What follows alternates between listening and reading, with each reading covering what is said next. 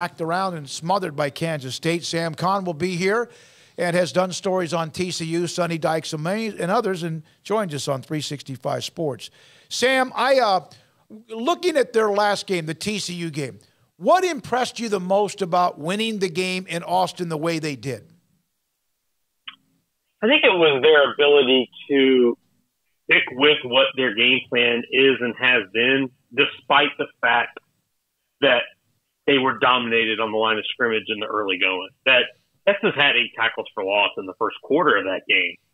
And I think it would have been very easy for Garrett Riley and Sonny Dykes to just throw their hands up and ditch the whole game plan. But they still stuck to what they do. They still try to take a lot of stuff on the perimeter, the bubble screens and the quick outs and things like that. Even though, even to me, I was a little bit critical. I think I said I would dump everything off the call sheet that doesn't go to 33 Kendra Miller or to number 1 Quentin Johnston.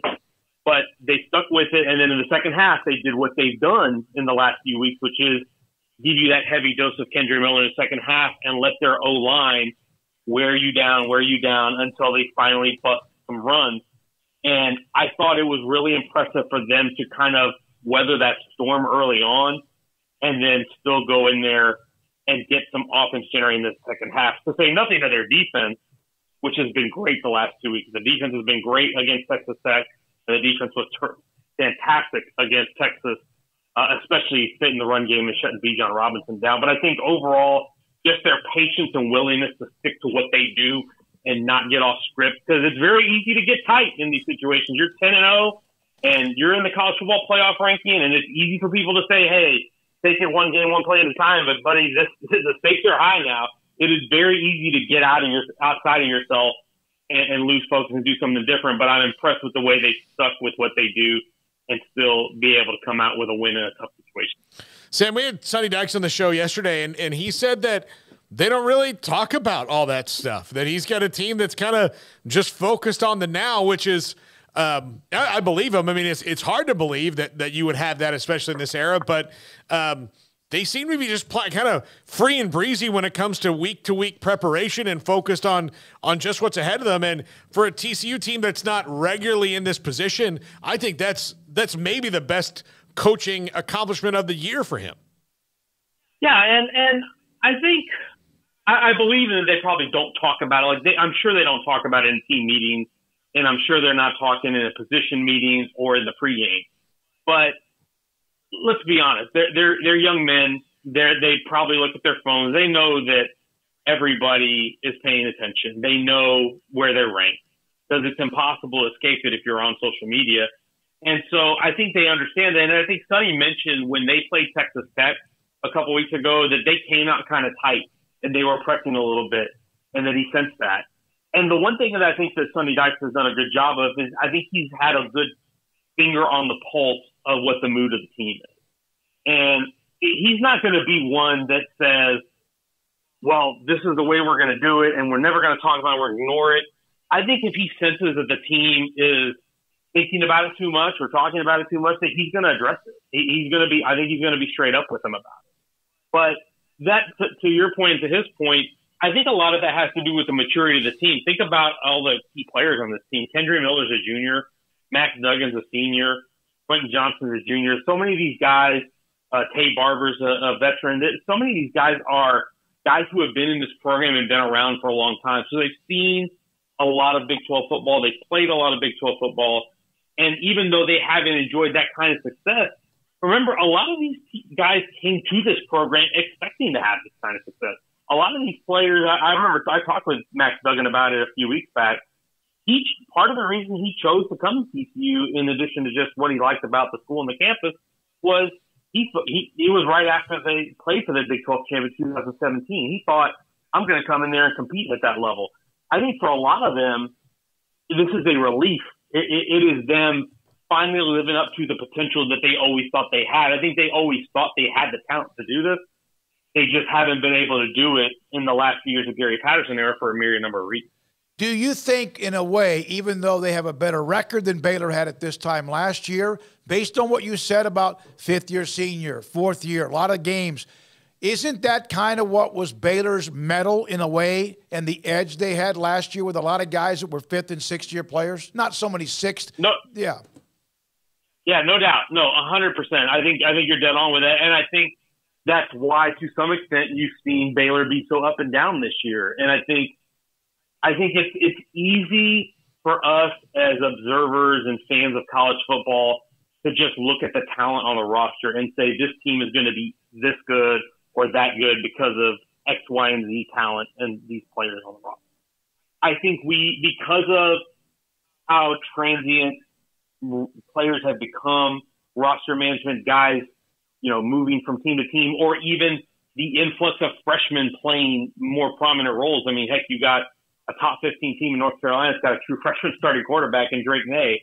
We got Texas down here who's got a redshirt freshman in Quinn Ewers, and honestly, I would argue he's closer to a true freshman than a redshirt freshman when you consider how long he's actually been on the college campus. But we get so infatuated with that I think we forget how valuable experience is and how much it matters, because we're so used to seeing either guys transfer or guys come in, go 3 years, and then go to the draft. In a way, it almost kind of reminds me of, the teams in the NCAA tournament that you see and they go deep. They're the Cinderella teams that you see go deep into the tournament. They go to the Elite Eight or they go to the Sweet 16, and you're like, you look up and down the roster, it's a bunch of juniors and seniors. That's kind of what Baylor was last year. That's kind of what TCU is this year. And I think you hit a nail on the head. I think that's played a big role in both of those teams' success in those respective seasons. Yeah, Sam, we cover Baylor every week, and we don't know what to make of them. They have been that puzzling. So to hear you say that from outside, an every week kind of a thing, it just showed that's kind of what the national thing is, what's going on with this Baylor team. But they have been better about keeping people out of the transfer portal than anybody. And still you have this because sometimes you lose the heart and soul of the team. And I think that when you lose a Jalen Petrie, Terrell Bernard, JT Woods on defense alone in the same year, you can't just replace those three dudes. Yeah, no, 100%. And I think we all overestimated Baylor at the beginning of the season because of the talent. Because I looked at, and I'll speak for myself in this conversation, I picked them to win the Big 12 at the start of the year. And the reason I did is I was willing to overlook losing Petrie and Bernard and losing Abram Smith and losing the guys in the secondary because of what they had on the line of scrimmage, because of what they returned on the offensive line, because of the depth that they had returned on the defensive line, and some of the key guys, even at linebacker with Dylan Doyle and Matt Jones. I thought they would be able to figure it out well enough in those other spots that they lost guys that they would still push through and get to the Big 12 title. Now I look at it and I think to myself, man, I really did underestimate how much of an impact losing guys like Terrell Bernard and Jalen Petrie would matter in this equation. And so I think you're 100% right about that. And what has Baylor done this year? They've been up and down, just like you would expect a young player to be. Even Blake Shapen, I think we were all very high on Blake Shapen because of the potential we see in his talent, not really thinking that really he had only started 2 games before the season. He's still very much growing and learning as a player himself. And so, like I said, I just mentioned Quinn Ewers at Texas. Ewers is going through a lot of struggles down there, even though he is the number 1 recruit in his class. And he was the number 1 overall prospect. And everybody expects him to go out there and play like Trevor Lawrence or Tua or even what we see from Drake May. And everybody's growth pattern and everybody's trajectory is not like that. It does not always go linear. It's very much up and down for a lot of young guys, especially at that position. And I think that plays a lot into how the team plays overall, but it's not just at that position. I think it's across the board. So I still think Baylor is a good team. And I looked at them last week. I thought they were going to handle K-State because I looked at what they did on the ground the last 3 weeks and the way that offense started clicking and started looking like what I remember 2021 was. And I was like, oh, they're going to go in there and handle K-State. And then obviously it doesn't go that way. And you're like, wow, I can't pin this team down. So I'm about as clueless as you guys are, but I think the reasoning for it is because there is just a lot of new pieces that are still trying to grow up. Yeah. And Sam, I would tell people to you don't have to go too far back in history to find a guy who wound up being maybe the greatest college quarterback of his era in Vince Young and one of the most dominant players. But if you had looked at his first couple of years as a starter, had they kept on the way that they were coaching him and the way that they were kind of trying to run this offense around Vince and not through Vince, that you would have been like, Texas fans would be like, yeah, Vince was good. We liked Vince. He was fun, but nothing ever really came of it. But then when the coaches decided, like, hey, we're going to take the reins off this dude or we're going to coach him differently, then he became, a god there. So it takes time, even for the super studs.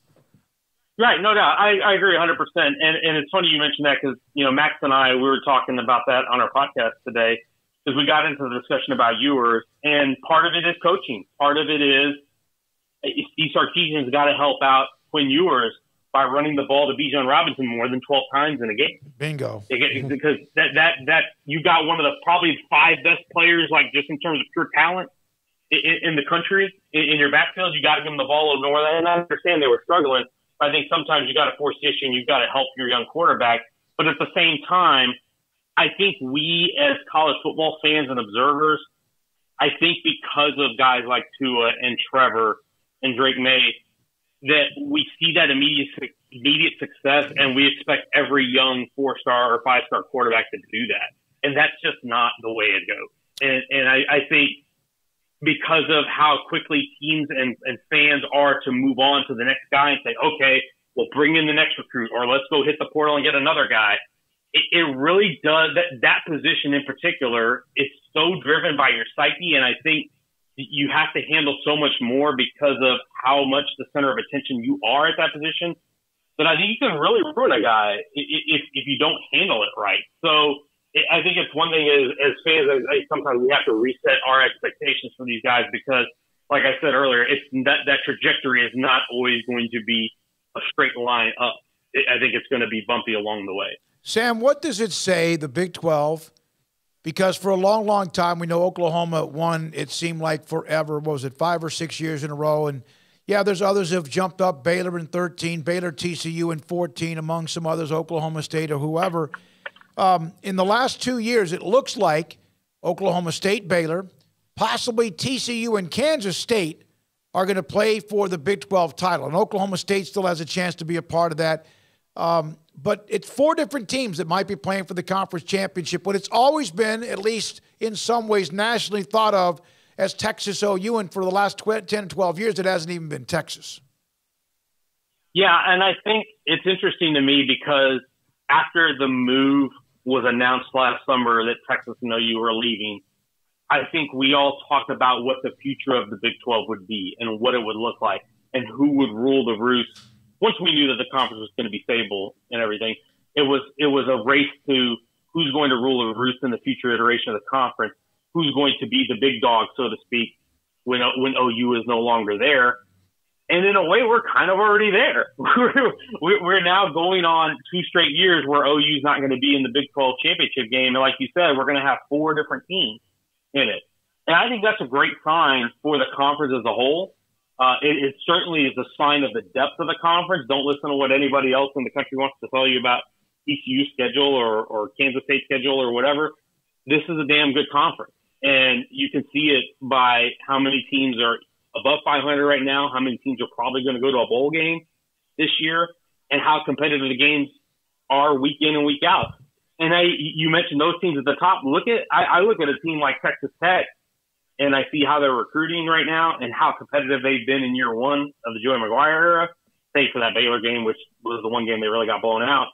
But I look at them as they're one that I'm really fascinated by in the next couple of years. Like in 2 or 3 years, what are they going to be? And then when you bring in these other programs that are coming in next year, how is that going to change the equation? So we are kind of already moving into the new era of the Big 12 without the 2 departing schools having left. And I think that's healthy for the conference long term.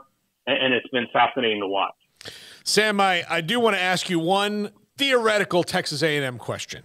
Now that they're 3-7 out of a bowl game and Jimbo Fisher can really start planning his offseason and whatever he's going to change or try to explain his way out of that he doesn't change in the offseason, which what happens, I don't know. How about this? Incarnate Word head coach Gary Joe Kenny, new A&M offensive coordinator.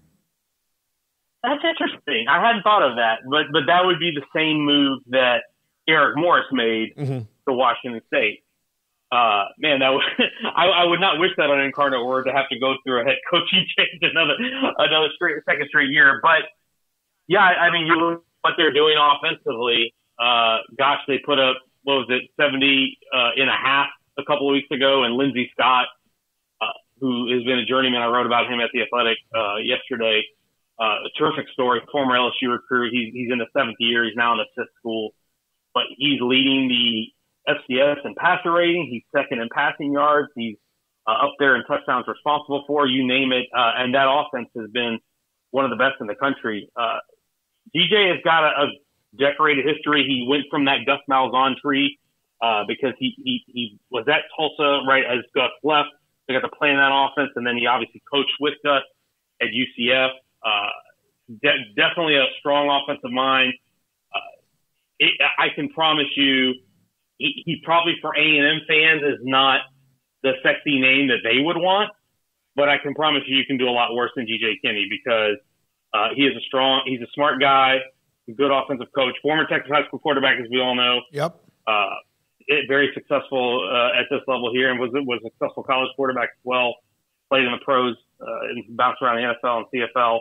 So yeah, I think you could do a lot worse than GJ Kinney. I think he's a good coach, and he's done a fantastic job at Incarnate Word. They're 9-1 right now, and they're in the top 10 in the polls.